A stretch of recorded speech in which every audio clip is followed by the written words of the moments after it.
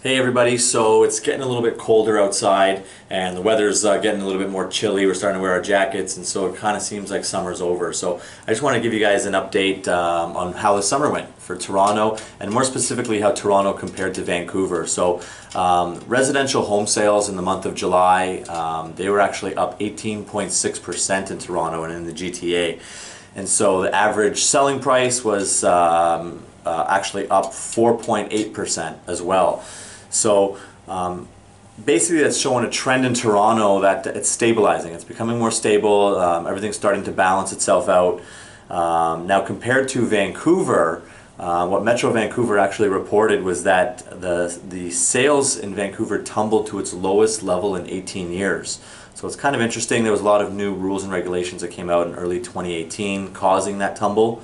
But in Vancouver, of the 2,070 properties that changed hands in the month of July, 30%, there was a 30% plunge in that number compared to July of the previous year.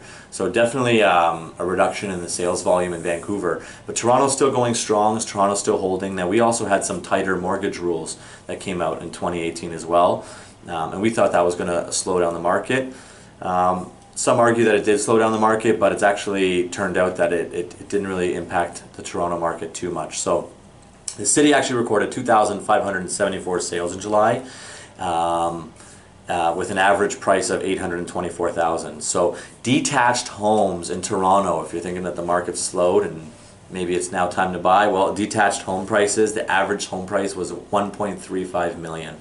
So still a little bit higher than on the outside, or the outskirts of the GTA, and usually where we like to invest is just outside that golden horseshoe.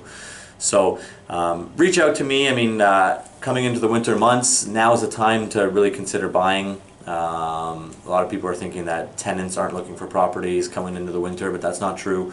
So it's still a strong rental market, still a strong purchasing market, and right now is the time to buy. Everyone's gone back to school and back to work, and everything's starting to settle down again. And starting to pick up. Okay, so reach out to me if you have any questions. Register for our next Lunch and Learn.